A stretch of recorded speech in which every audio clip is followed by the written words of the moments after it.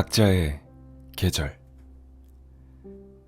꽃샘추위가 채 가시지 않은 4월 중순. 이맘때 지하철을 타면 아주 흥미로운 광경을 볼 수 있다.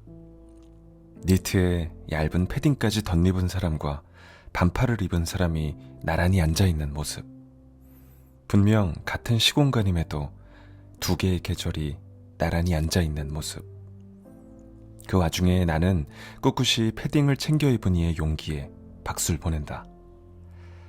추위를 많이 타는 편이다. 절기상으로는 분명 봄인데 여전히 한기가 느껴지는 시기. 출근을 준비할 때면 옷장 앞에서 고민에 빠진다. 외투들을 훑어보고 집어드는 짧은 시간 동안 육체의 안녕과 마음의 평안이라는 두 욕구 간 작은 교전이 벌어진다.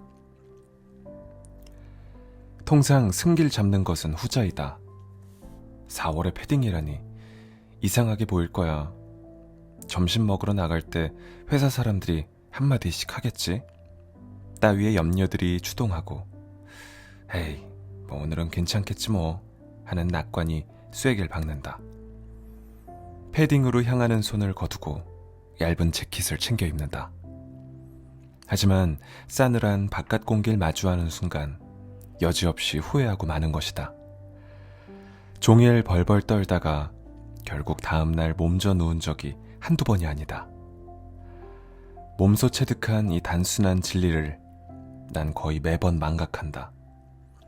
바들바들 떨 때만 해도 두 번 다신 같은 실수를 반복하지 않으리라 다짐하고 막상 선택의 순간이 되면 그래도 그건 좀 하며 남의 눈치를 보는 것이다. 고작 외투 하나 고르는 일이 이렇다. 누구에게나 각자의 계절이 있다. 같은 온도, 같은 바람도 저마다의 체감이 다르므로 누군가에게는 이미 온 계절이 누군가에게는 아직일 수 있다. 반팔 입은 사람에게는 이미 온 여름이, 패딩 입은 사람에게는 아직 한참 아득하듯 무리해서 타인의 계절에 맞추었다가는 병이 나기 십상이다. 그 대가가 고작 감기 정도라면 차라리 다행일까. 남 눈치를 보느라 생애의 크고 작은 관문과 선택에서 내 계절은 아랑곳하지 않고 남의 계절에 맞지 않는 옷을 입는다. 오늘도 내게는 바람이 차다. 아무래도 나의 봄은 좀 더디게 오려나 보다. 내일은 꼭 패딩을 입을 것이다. 그럼 내가 그랬듯 나의 패딩에 용기를 낸 또 다른 누군가가 자신의 계절을 찾아갈지도 모르는 일이다. 고작 외투 하나로 각자의 계절을 찾아가는 4월 패딩 연대가 이루어질지도. 막상 해보니 별거인 것들.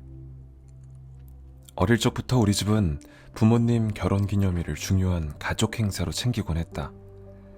두 분이 만나 결혼하셨기에 우리가 태어났으니 생신만큼 중요하지 않을 이유가 없었다. 데이트를 하시라며 두 분을 밖으로 내몰고 한 명은 창문에 붙어 망을 보고 두 명은 고사리 같은 손으로 풍선을 붙이고 과자상을 차렸다. 잠시 뒤 돌아오신 부모님은 더 이상 놀랍지도 않을 연례 행사 같은 서프라이즈에 예외 없이 감동하셨다. 알면서도 속는 체하고 속는 체 하시는 걸 알면서도 속이는 가슴 따뜻한 날들이었다. 어느덧 세 딸은 어엿한 성인이 돼 품을 떠난 지 오래고 그중 둘은 또 다른 가정을 꾸렸다. 얼마 전 두 분은 결혼 33주년을 맞이하셨다. 당일 아침 엄마로부터 메시지가 왔다. 사랑합니다 팻말이 꽂혀있는 케이크 사진이었다. 아빠의 귀여운 서프라이즈에 세 딸의 가슴도 뭉클했다.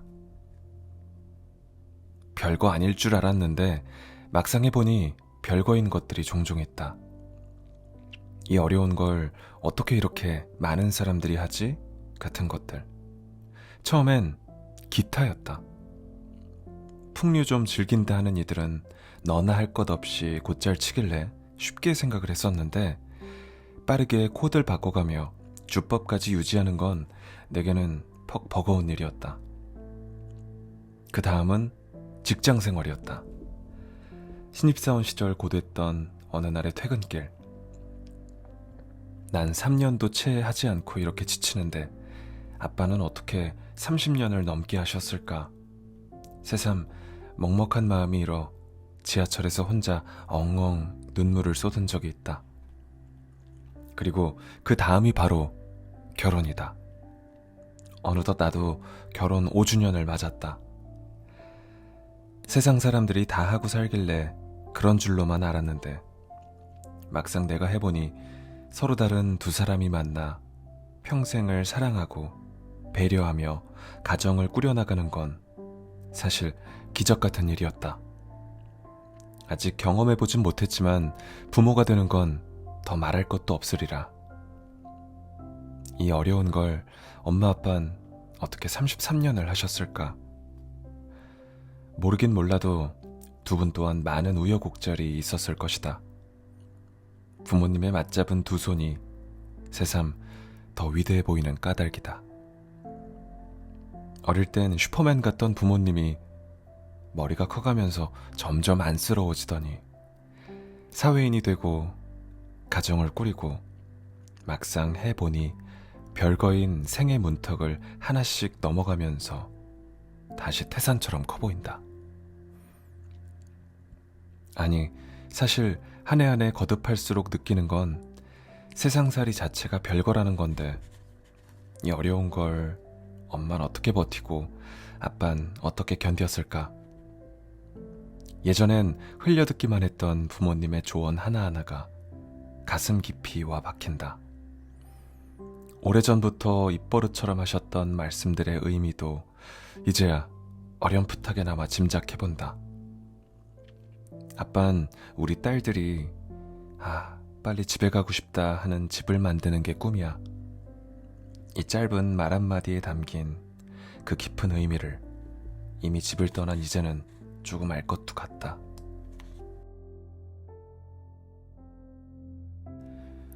시간에도 여백이 필요하다. 출근길. 신호등이 깜빡이자 모두가 일제히 전력 질주 시작한다. 아주 지각한 것만 아니라면 나는 되도록 뛰지 않는 편을 택한다. 신호등을 기다리는 2분 남짓한 허락된 무료함을 좋아하기 때문이다. 마찬가지로 버스를 타고 이동하는 것 또한 좋아한다. 이동 시간이 길면 길수록 좋다. 차창 밖으로 흩어지는 풍경을 눈에 담으며 죄책감 없이 낭비할 수 있는 시간을 즐긴다. 이는 대부분의 시간 동안은 그러지 못한다는 방증이기도 하다. 이젠 제법 유명해진 멍때리기 대회라는 게 있다. 현대인의 뇌를 쉬게 하자는 의도로 2014년 서울광장에서 처음으로 열렸다. 규칙은 간단하다. 아무것도 하지 않고 멍한 상태를 오래 유지하는 것. 참가자들은 심박 측정기를 지닌 채 3시간 동안 말을 하거나 움직일 수 없는 건 물론 음악을 듣거나 시간을 확인할 수도 없다. 잠깐이라도 좋을 경우 가차없이 탈락이다. 처음엔 다들 뭐 이런 대회가 다 있나 의아해했지만 점차 취지에 공감하는 모습이다. 현대인은 대개 시간 효율 강박에 시달린다. 새롭지 않은 사실이다. 동서고금을 막론하고 강요되어 온 시간 절약의 미덕 탓이다. 20대 내 다이어리 첫 장에도 늘 시간이 없어 무언가를 못하는 사람은 시간이 있어도 아무것도 못하는 사람이다 라는 어디에서 들었는지도 모르는 경구가 적혀있다. 아무것도 하지 않고 보내는 비생산적인 시간. 빈둥거리는 시간은 나태, 무능의 상징으로 여겨졌다. 스티브 잡스를 필두로 창의 인재가 각광받는 시대에 이르러서야 뒤늦게 적절한 휴식의 중요성을 설파하는 책이 한동안 서점가를 휩쓸기도 했지만 쉼조차 투두리스트를 작성하는 것이 여전한 현실이다. 특히 요즘은 이런 강박이 콘텐츠 소비 문화와 맞물려 새로운 양태로 펼쳐진다. 20대 전문 연구기관인 대학내일에 따르면 정막에 대한 거부감과 효율적 시간 사용에 대한 강박이 팟캐스트나 브이로그 등 스트리밍 콘텐츠 선호로 이어진다고 한다. 빈 시간을 빈 상태로 남겨두지 못하고 무언가를 듣거나 보면서 여백을 지운다. 밥을 먹거나 길을 걸으면서도 콘텐츠를 소비하는 바야흐로 멀티태스킹의 일상화다. 가장 최근 무료함을 느껴본 게 언제일까? 대부분이 재미없는 영화를 봤을 때 정도일 것이다. 우리는 항상 무언가를 하고 채워지지 못한 시간, 이름 붙지 못한 하루의 죄의식을 가진다. 가끔은 용도 없는 시간도 필요하다. 죄책감 없이 낭비할 수 있는 그런 시간 말이다. 멍 때리기를 조금 더 격상시켜 표현하면 명상, 사색이다. 비워야 채울 틈이 생긴다.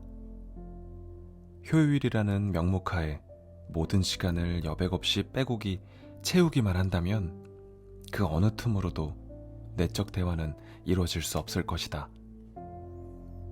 실제로 멍 때리기는 뇌 건강에도 큰 도움을 준다고 하니 이제 그만 해묵은 죄책감을 거둬도 되지 않을까?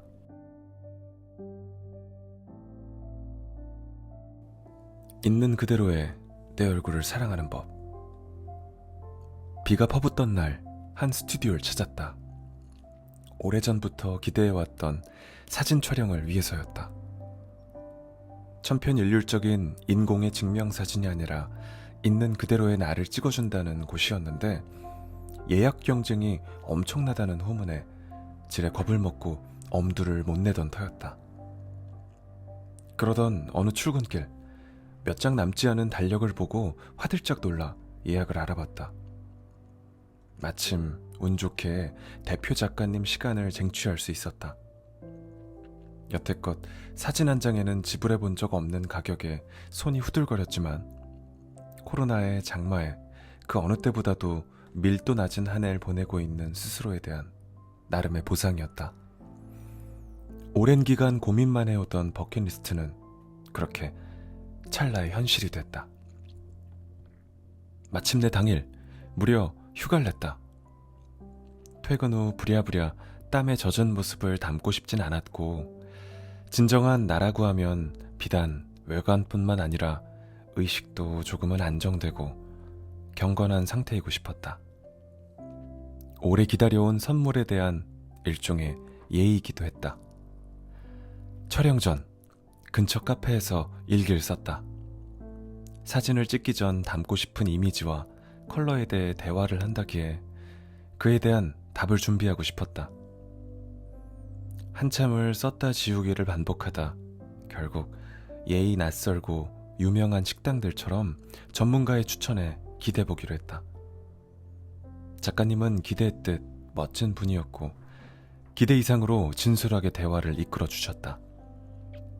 어떤 이미지를 남기고 싶으세요? 글쎄 모르겠어요. 성격이 밝은 편이라 원색이 맞을 것 같기도 하고 또 한편으론 그건 보여지는 모습인 것 같기도 하고.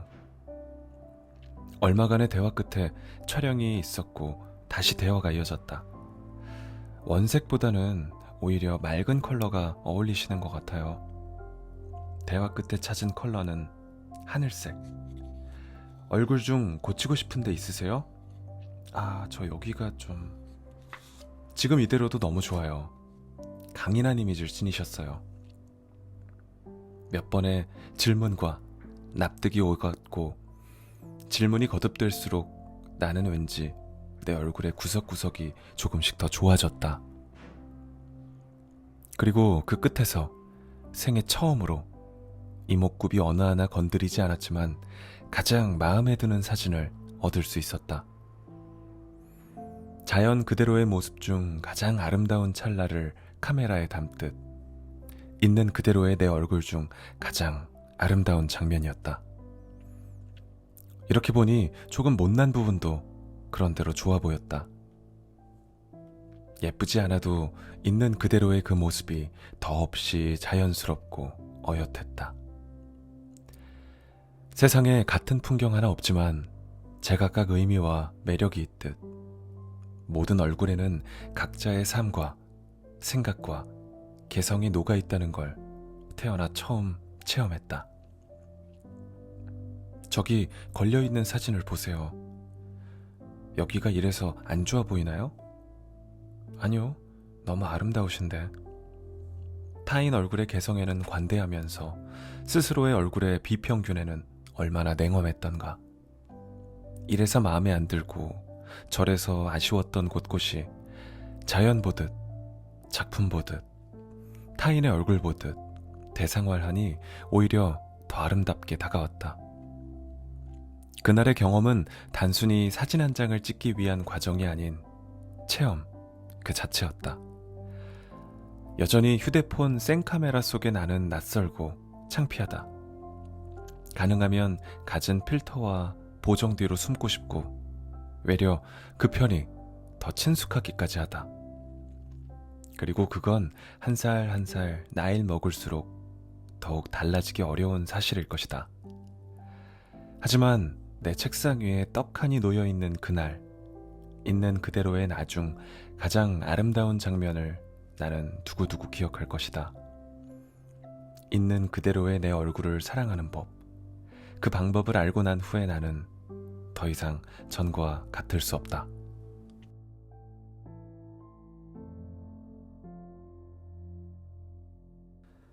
추억에 안부를 묻는다.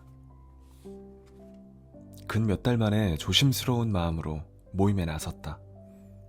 결혼을 앞둔 대학 동기의 청첩장을 받기 위해서였다. 가뜩이나 1년에 한 번 모일까 말까한 모임인데 한참을 집안에 웅크리고 있다 만나니 그 감도가 배가 됐다. 그 옛날 안주 하나에 몇 시간이고 머물던 학교 근처, 소위 개골목의 술집을 찾았다. 익숙한 낡은 간판에 가슴이 두근거리기 시작했다. 삐그덕거리는 계단을 내려가자 반가운 얼굴들이 눈 한가득 들어왔다. 선배, 오랜만이에요. 어머, 너도 왔구나. 좋아하는 사람 옆에 좋아하는 사람, 한 명씩 보기도 어려운 얼굴들을 한자리에서 만나니 마치 종합 선물 세트를 받은 기분이었다. 주인 아주머니, 아저씨께서도 반겨주셨다. 몇몇은 이름마저도 기억해 주셨다. 세상에, 이게 누구야. 이제 딸이 하나 있어요. 개강이 늦춰져 힘들다고 하셨다. 10년이 넘는 세월, 메뉴는 물론 가격조차 그대로인 넉넉한 공간에 손님이라곤 우리 테이블 뿐이었다. 그 옆에 즐겨 찾던 다른 술집 하나는 코로나 국면 속에 끝끝내 문을 닫았다. 옆집 사장님 이야기를 하시던 주인 아주머니의 눈가가 촉촉해졌다. 여긴 진짜 닫으면 안 된다고 조금만 더 힘내시라고 연신 부탁을 드리고 뒤돌아 나오는 길. IMF 이후 최악의 경제 위기라는 이 시기.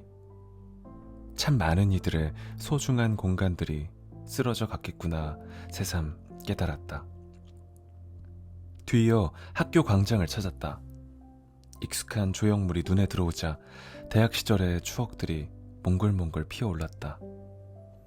신입생 시절의 설렘부터 취준생 시절의 불안에 이르기까지 이른 20대 희로애락을 함께 나눴던 그때 그 장소, 그때 그 사람들, 매일 왔던 곳, 매일 봤던 벗, 졸업기념으로 선물 받았던 컵의 글귀가 절로 떠올라 입으로 되뇌었다.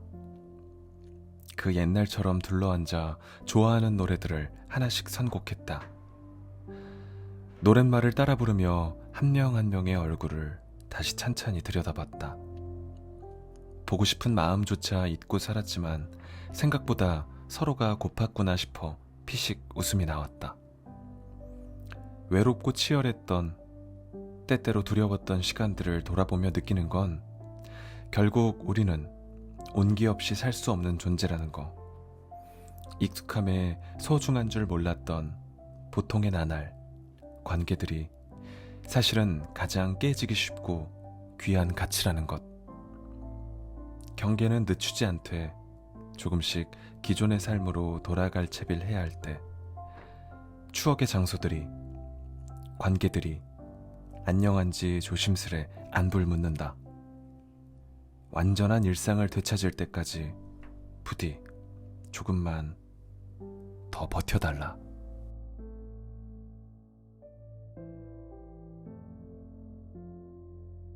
타인의 공간. 따분한 금요일 오후였다. 바람이나 쐬고 올까 싶어 KTX 예매창을 띄웠다가 문득 부산에 있는 친구 제이가 떠올랐다. 주말에 뭐해? 이번 주말? 뭐 없어. 나 부산 갈까? 당장 다음 날이었지만 노을궁리에 불가능이란 없는 법. 교통편과 숙박을 잇따라 예약하고 근처 힙플레이스들을 리스트업했다. 야, 요즘 거기보다 여기가 힙하대. 유흥의 꿈은 야무졌다. 착실히 쌓아온 스트레스 마일리지를 단번에 털어낼 심산이었다. 토요일, 설레는 마음으로 부산에 닿았다. 상규된 얼굴의 제이가 마중을 나와 있었다. 결론을 이야기하면 유흥의 꿈은 꿈으로 졌다. 말로만 듣던 제이의 오랜 친구와 간단히 저녁만 먹는다는 게 그만 본의 아니게 절친이 돼서 초저녁에 숙소로 초대해 함께 웃음꽃을 피웠는데 눈을 뜬 일요일. 술은 역시 낮술이지. 밤새워 놀겠다는 야망이 무색하게 꿀잠을 자버린 것에 대한 자괴감을 애써 감추며 말하자 제이가 미안한 얼굴로 말했다. 있지, 엄마가 집에 초대하고 싶으시대. 어머니께서는 반갑게 맞아주셨다. 어서와, 식사 준비가 덜 돼서 구경 좀 하고 있을래? 손때 묻은 액자에서 제이의 역사가, 아기자기한 장식에서 제이의 성정이 느껴졌다. 누군가의 공간을 들여다보는 일은 실로 오랜만이었다. 특히나 이렇게 성장의 기록이 선연한 공간은 신혼집이나 자취방은 왕왕 방문했지만 어디까지나 성년의 취향과 의도로 편집된 기록이었다. 그것들이 오늘을 말하는 공간이라면 제이의 방은 오늘을 잊게 한 공간이었다. 낯선 듯 반가운 감정이 되살아났다. 오래전 하굣길, 친구 집에 들렀을 때 느꼈던 감정이었다.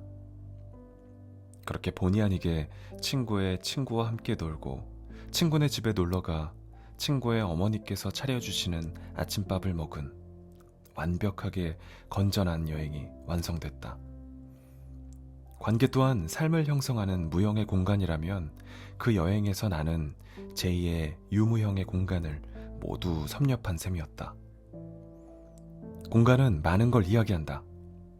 때문에 타인에게 공간을 열어 보이는 일은 용기를, 타인의 공간을 읽는 일은 조심스러움을 필요로 한다. 이후 제이와 한결 더 가까워진 느낌이 든 건 당연한 일이었을 것이다. 코로나19로 외식이 조심스러워지면서 홈파티가 늘었다. 본의 아니게 타인의 공간에 방문할 일도 역으로 초대할 일도 많아진 것이다. 기존에는 집에 부를 정도는 아니었던 사이들이 쉽사리 그 범주 안으로 편입됐다. 초대하는 이는 방문할 이들의 경로와 식성을 염려했고 방문하는 이들은 초대한 이의 선물 취향을 고민했다. 그 기저에는 찾아올 이들에 대한 신뢰와 내어준 이에 대한 감사가 자리하고 있었다. 서로의 유무형의 공간을 공유한 후에는 실제로도 훨씬 가까워졌다. 아이러니하게도 가장 외로운 시기에 가장 따뜻한 환대를 경험하고 있다.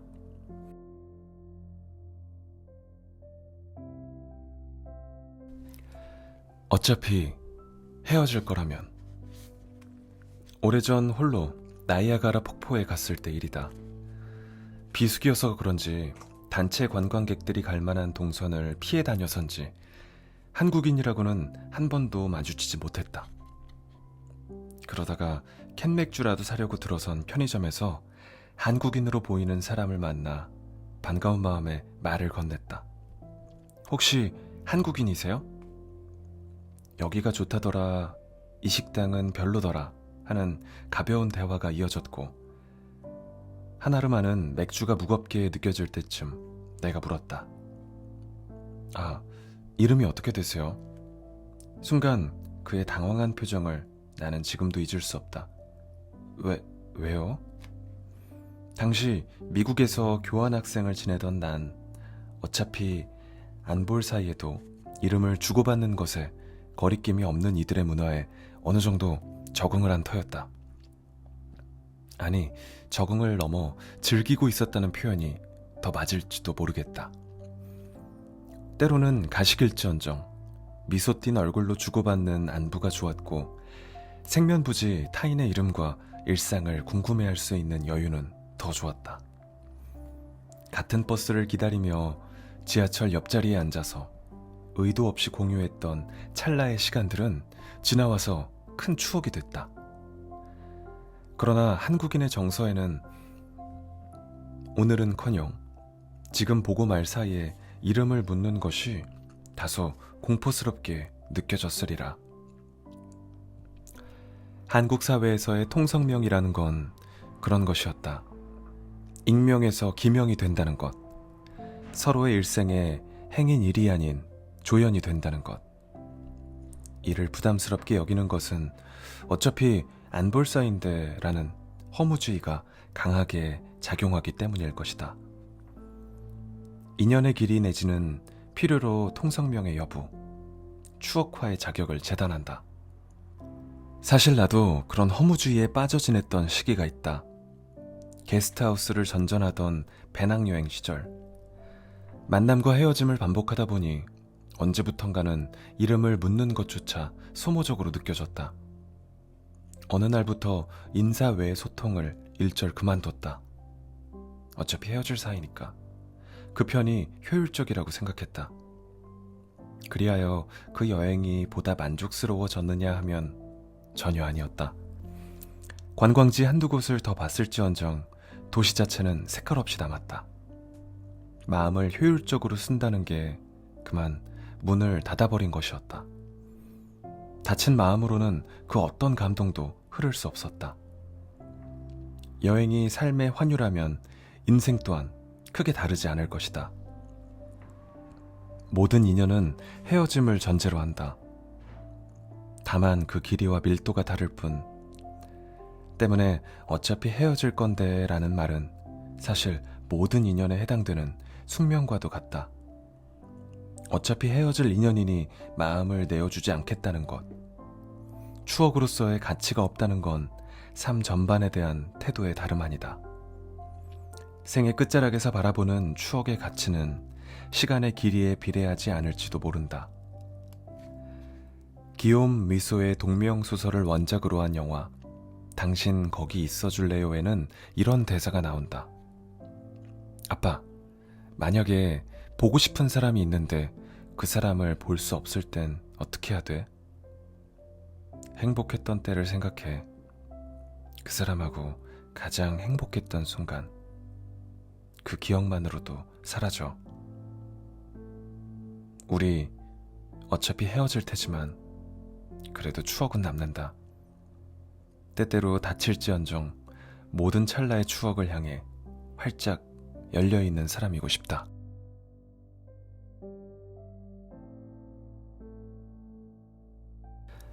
퇴사하면 행복할까? 또 한 명의 지인이 퇴사하고 세계 여행을 떠났다. SNS에 큰 배낭을 맨 사진과 함께 해시태그를 남겼다. 샵, 지금이 아니면 안 될 것 같아서. 그의 선택을 응원하고 그 확신이 부러운 한편 미묘한 감정이 일었다. 나의 시작을 떠올렸다. 합격자 발표일, 긴장을 추스를 길이 없어 무작정 집을 나섰다. 조조영화를 보고 이 골목 저 골목을 훑고 다녀도 시간은 더디게만 갔다. 최종 결과, 메일의 제목만으로 가슴이 내려앉았다. 눈을 질끈 감고 열어본 메일에는 그토록 바라던 합격이 있었다. 끝났다. 안도의 눈물이 터져나왔다. 엄마, 나 합격했어. 그토록 간절했다. 그때는. 하지만 언제부턴가 퇴근을 위해 하루를, 주말을 위해 평일을 대기하는 삶이 이어졌다. 평일에 하루 8시간 혹은 그 이상은 수단으로서만 존재했다. 행복한 삶은 SNS의 사각 프레임 안에서 퇴근 후 주말로만 편집됐다. 회사에서 멀어질수록 행복의 감도는 높아졌다. 행복은 회사 안보다는 바깥에 있었다. 사춘기 시절 방황의 자유를 빼앗긴 이들은 30즈음 뒤늦은 방황을 시작한다. 이유는 하나, 행복하지 않아서. 이러려고 그렇게 공부했나? 하는 회의. 행복할 권리를 되찾겠다는 호기로 사표를 던진다. 직장인, 사춘기, 혹은 오춘기라고 불리는 전대미문의 집단 방황 현상. 여행으로, 유학으로, 대학원으로 하나둘 회사를 떠나는 이들을 보며 묘하게 뒤처지는 기분이 들 때도 있다. 퇴근은 기다리면서 퇴사는 하지 않는 소시민성의 죄책감마저 느껴진다. 퇴사가 유행이다. 한 직장을 정년까지 다니던 아버지 세대에서 개인의 경력을 중심으로 지속 가능한 업을 탐색하는 세대로 옮겨가는 과정이다. 서점가를 잠식한 퇴사 열풍은 더 이상 놀랍지 않다. 당장 검색만 해도 관련 컨텐츠가 넘쳐난다. 하지만 대부분 회사 생활이 얼마나 부당한지, 퇴사를 결심한 당신이 얼마나 용기 있는지 이야기할 뿐이다. 퇴사만 하면 행복해질까? 증상에 따라 처방을 달리해야 함에도 불구하고 마치 퇴사가 만병통치약인 것처럼 설파되는 건 위험해 보인다. 멈추는 것만이 답은 아니다. 취업준비생 시절 날 힘들게 한 것은 조급함이었다. 퇴사를 이유로 조급해진다면 외려 시간이 들어도 마음은 쉴 수 없을 것이다. 나에게 필요한 것이 퇴사인지 단 며칠간의 돌아봄인지 따져볼 노릇이다. 중요한 건 퇴사 여부가 아니다. 퇴사는 행복해 보이겠다는 선언적 의미와 다름없다. 물론 이후 업그레이드된 경험과 삶의 태도로 존경스러운 삶을 꾸려가는 이들도 많다. 다만 경계하고 싶은 것은 당장 지금의 현실을 벗어나고자 하는 흔한 마음이 유행처럼 번져 무모한 퇴사로 이어진다면 이후 또다시 같은 질문과 마주할지도 모른다는 것이다. 왜 나는 행복하지 않은가? 행복은 어떤 상태가 아니라 진행하는 한 방향이라는 말이 있다. 퇴사를 하든 하지 않든 선택의 기준은 오로지 내 행복의 방향이어야 한다. 돌아보니 입사하지 않아도 괜찮았듯 가끔 불행해도 퇴사하지 않아도 괜찮다. 100% 행복으로만 가득 찬 일상은 어디에도 없다. 더 이상 남의 손에 이끌려 선택하는 일은 없어야 한다.